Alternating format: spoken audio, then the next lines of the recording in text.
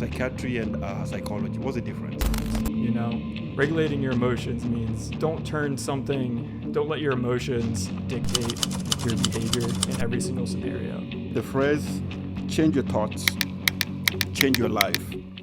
What does that actually mean in practice, in practical sense? In a practical sense, it means that there's not a situation where a human being just changes their life, just changes their actions. You have to change your thoughts first. You need to take the steps to make those actions and behavior become your life. If you are into content that inspires, surprises, and sticks with you, hit that subscribe. Turn on those notifications, and let's get busy.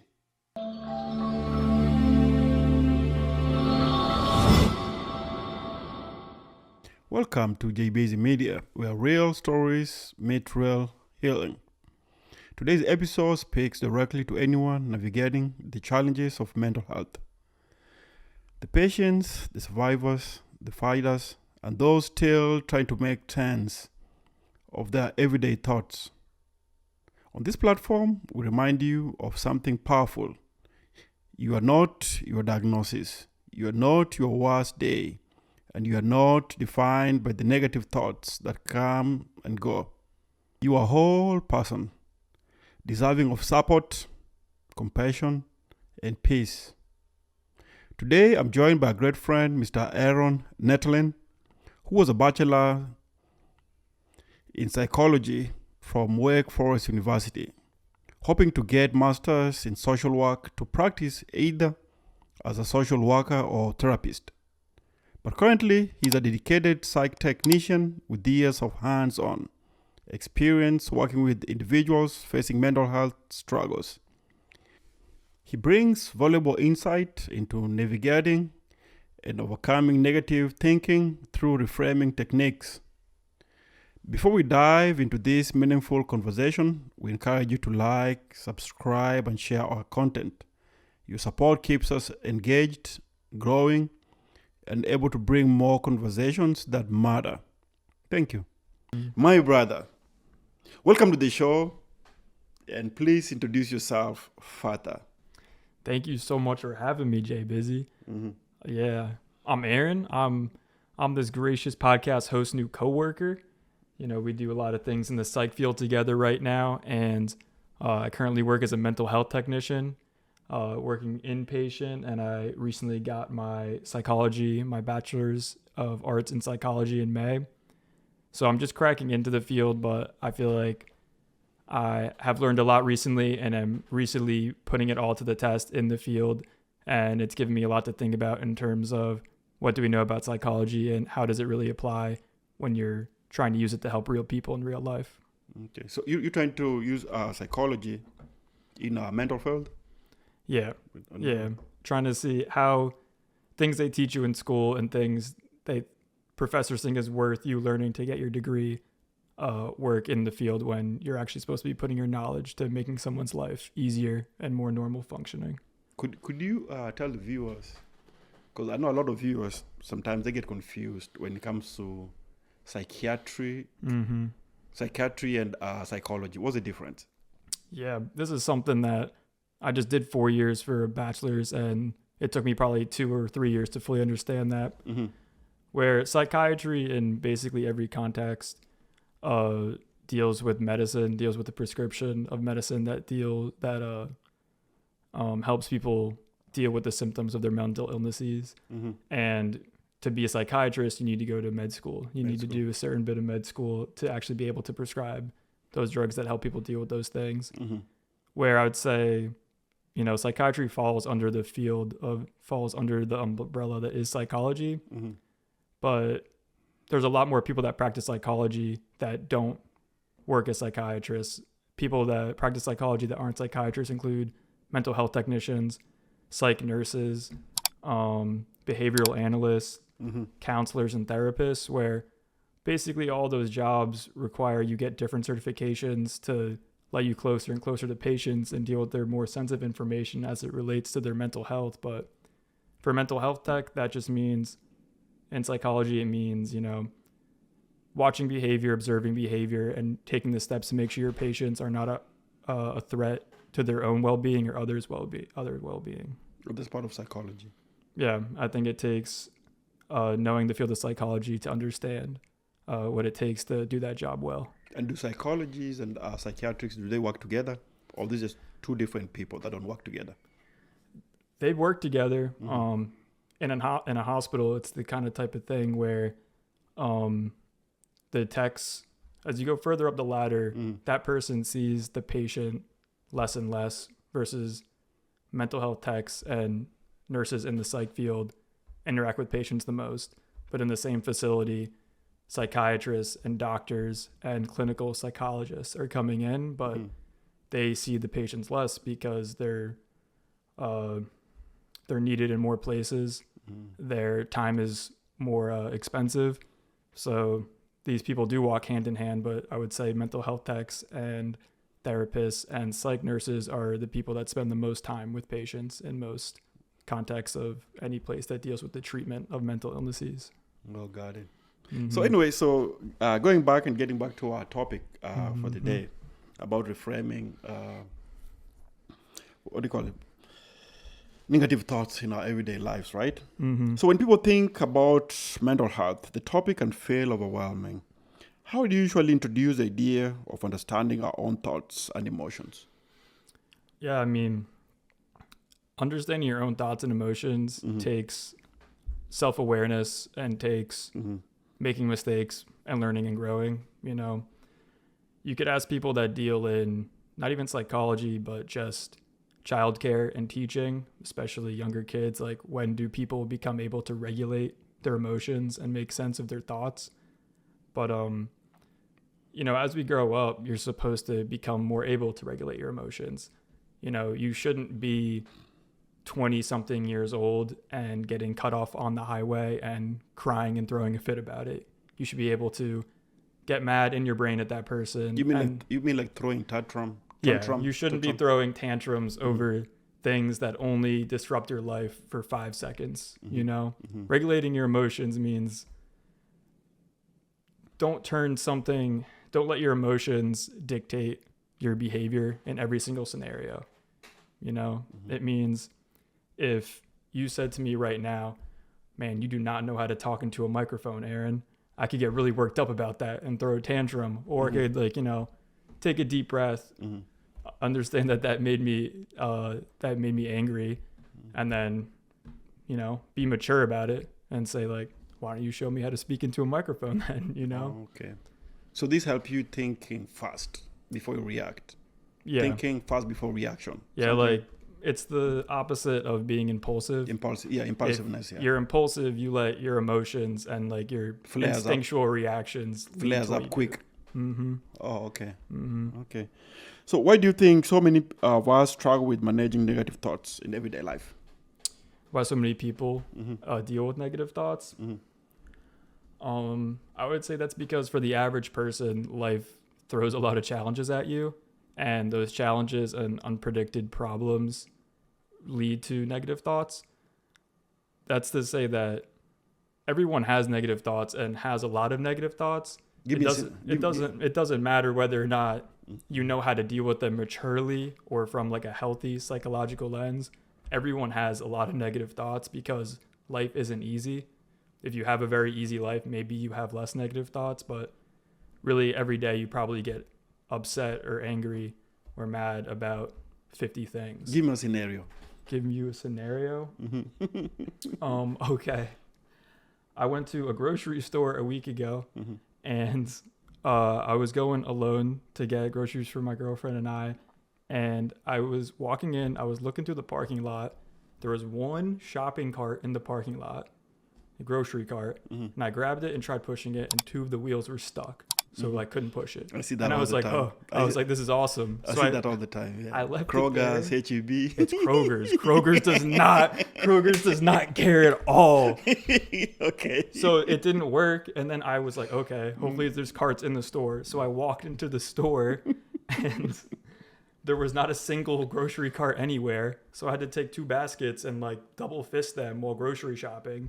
So in the end, it took 2 trips because I couldn't get all my food Yes. in just 2 things. And I almost lost my mind. Like I almost anytime someone almost bumped into me, I wanted to scream at them because that's life. You know, that's what I'm saying. If you have a normal life, you have to go grocery shop for yourself. Mm-hmm.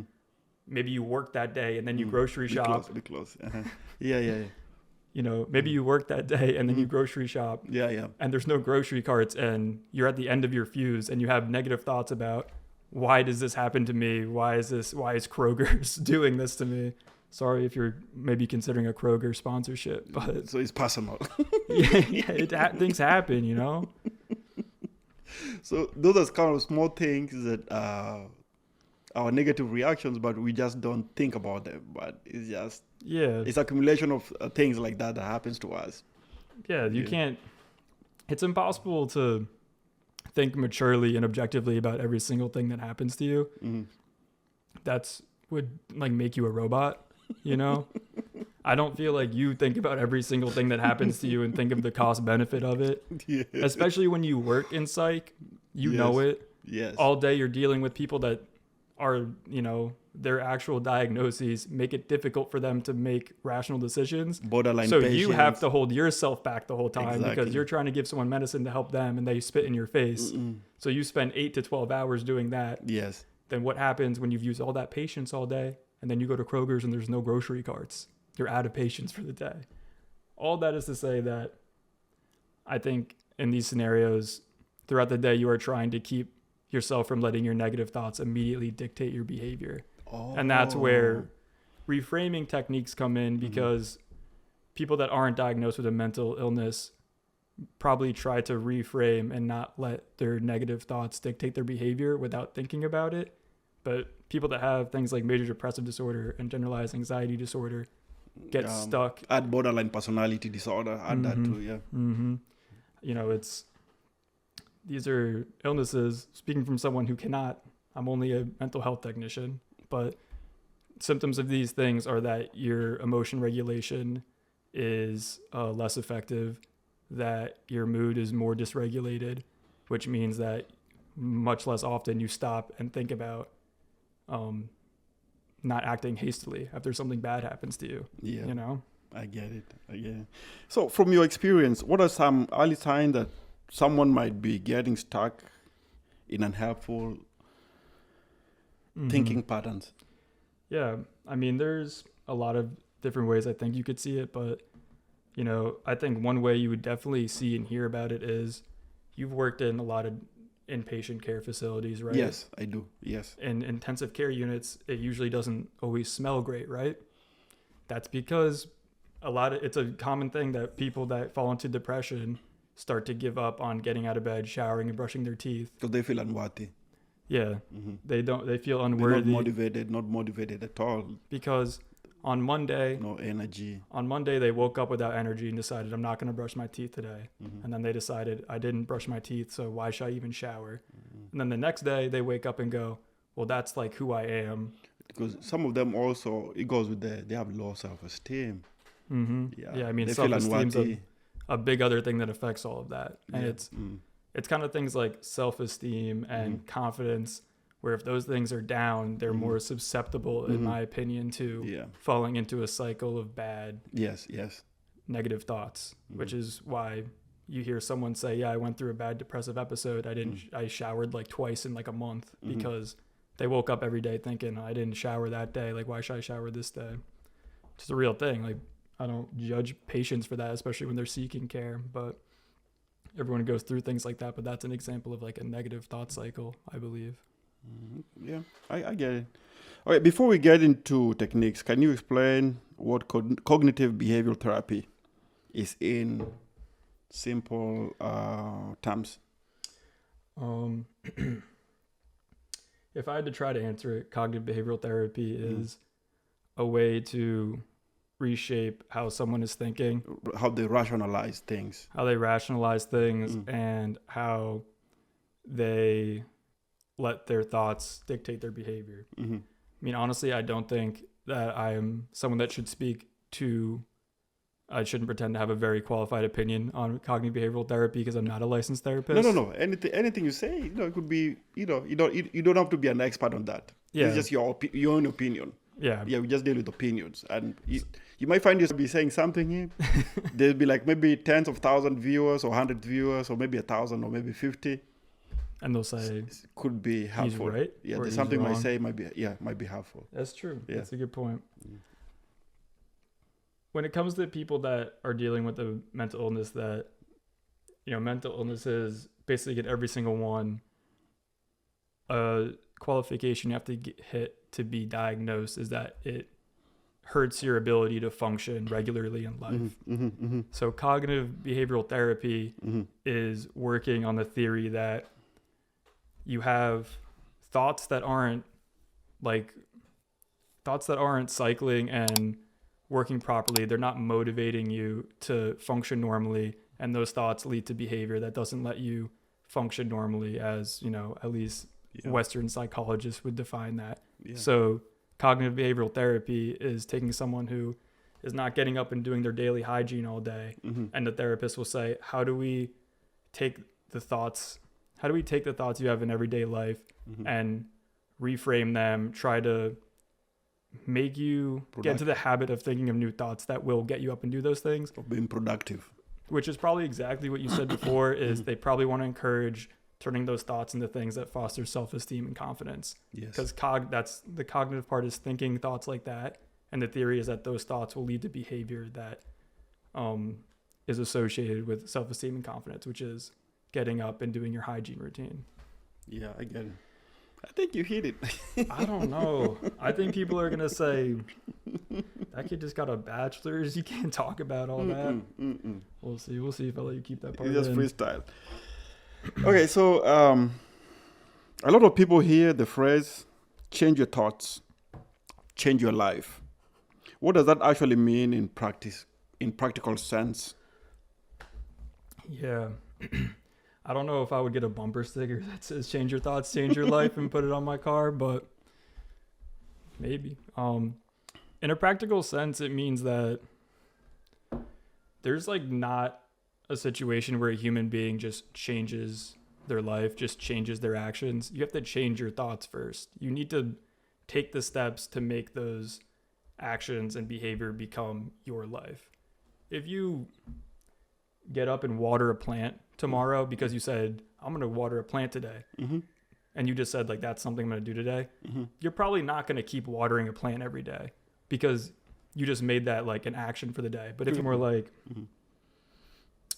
you can do an action, but that action's not going to become a behavior until you are thinking about doing that action in a way that makes it a behavior. That's when you need to do those actions intentionally.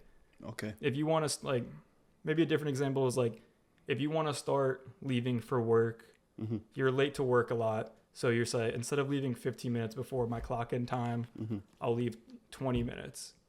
And if you start doing that and that like that, then eventually you'll realize, I could leave 30 minutes early. I could have breakfast before.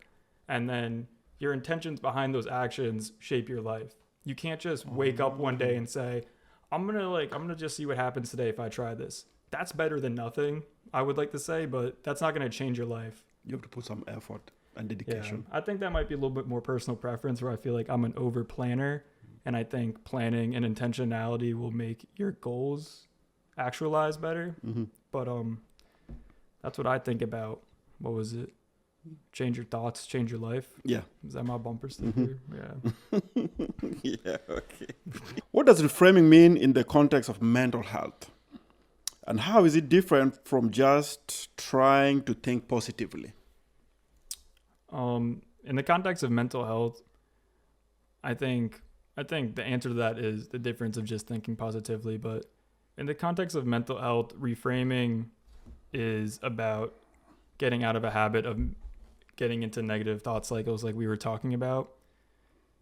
In mental health, in the different situations where you think the reason why someone has their diagnosis is because of negative thought cycles, reframing is trying to teach someone to take a step back and look at their thought cycles and their pattern of thoughts and remove themselves from it so that they can actually think, let me try something different. Before reacting or Yeah. impulsively Mm-hmm. on a situation, right? Yeah. Okay. I mean, there's certain ways of describing it that I think sound a little bit too much like from a really bad self-help book. Mm-hmm. But there's kind of that one idea that's there's like a joke where it's like, instead of waking up and saying, oh man, I have to go to work, I'm going to wake up and say, oh, I get to go to work. You know, like tell yourself like it's a privilege to go to work in the morning. Mm-hmm. That's like a poster on the wall kind of thing. But it's about when a negative thing happens to you, reframing is, instead of saying, oh man, this sucks, now I'm going to let my thoughts decide that. I'm going to let my thoughts think about how much this sucks and how much I can't believe this happened to me. It's going to say like, well, this bad thing happened. It happened. I might as well accept it. How do I reframe it in my mind as an opportunity for positive things? Like, you know, your phone dies and you want to get mad about it because you make awesome podcasts, or you've been texting someone on the phone and you want to think, oh man, like, I can't believe this happened. I'm so mad. I just want to like throw my phone at the wall. I just want to like, you know, put my head in the pillow and scream. Reframing in simple terms is saying, my phone died. Now I can, like, what do I have an opportunity to do now? What do I have to do from here? No. Yeah, I can go like hang out with my family. I can go talk to real people, maybe, to sound like a, you know, an older person that's very anti-technology. But yeah, it's about taking a second to let you dictate how you'll react to things, because you shouldn't let every single thing that happens to you dictate what you do next. Wow. It's a lot easier said than done. That's why I mean, like, when I say that I think in a set day, if 20 bad things happen to you, you should aim to like for 10 of them for you to take control of how you react. Yes. Because, you know, try working 12 hours at a hospital and then getting home and like that classic, like, someone forgot to defrost the chicken for dinner. Like, oh yeah. You're gonna, I don't believe in anyone's ability every time to step back and go, okay, well now I get to order takeout. You know, like, yes. Sometimes you're just gonna get mad and that's okay. But yeah. All right. Can you describe how a negative thought forms and why our minds tend to hold on to it so tightly? Hold on to the negative thoughts so tightly? Oh man, I'm trying to think of that in a way that doesn't sound pessimistic. Just come up with a scenario. You like the scenarios, don't you? Some experience, yeah. Oh man, some experience. I mean, that's interesting. I think people have different ideas of why we hang on to negative thoughts. I think one idea is that when something bad happens to you, if you immediately react to it with sadness, I think you're thinking like, it's kind of that like, I'm a victim mentality. I get to feel bad for myself and I hope people see me and think I deserve pity. I feel like that's almost like a human evolutionary thing. Like, I think if you saw me in the hospital hallway crying, you'd come help me, you know? But I think it's just, I think one of the, probably the more real reason is I remember learning it in like emotional psychology, where positive emotions like are more dependent on action and energy. So I think it's, if something bad happens to you and you've been exerting effort and energy all day, you might be tapped out. You might not have energy left. And your immediate response is to like sulk, because it's not easy to always go, okay, this bad thing happened to me.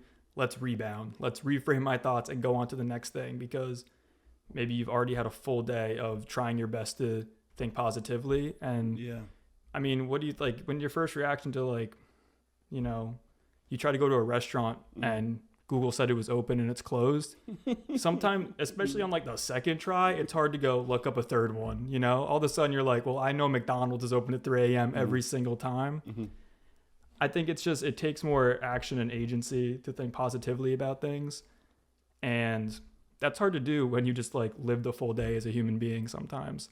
Because that's like, I don't like talking about reframing thoughts and making it sound at all like it is simple. It sounds simple, but it's so hard to do as a person who like has normal challenges every day, because it's not hard. It's not easy to be a person that has to work or go to school manage relationships. Yeah.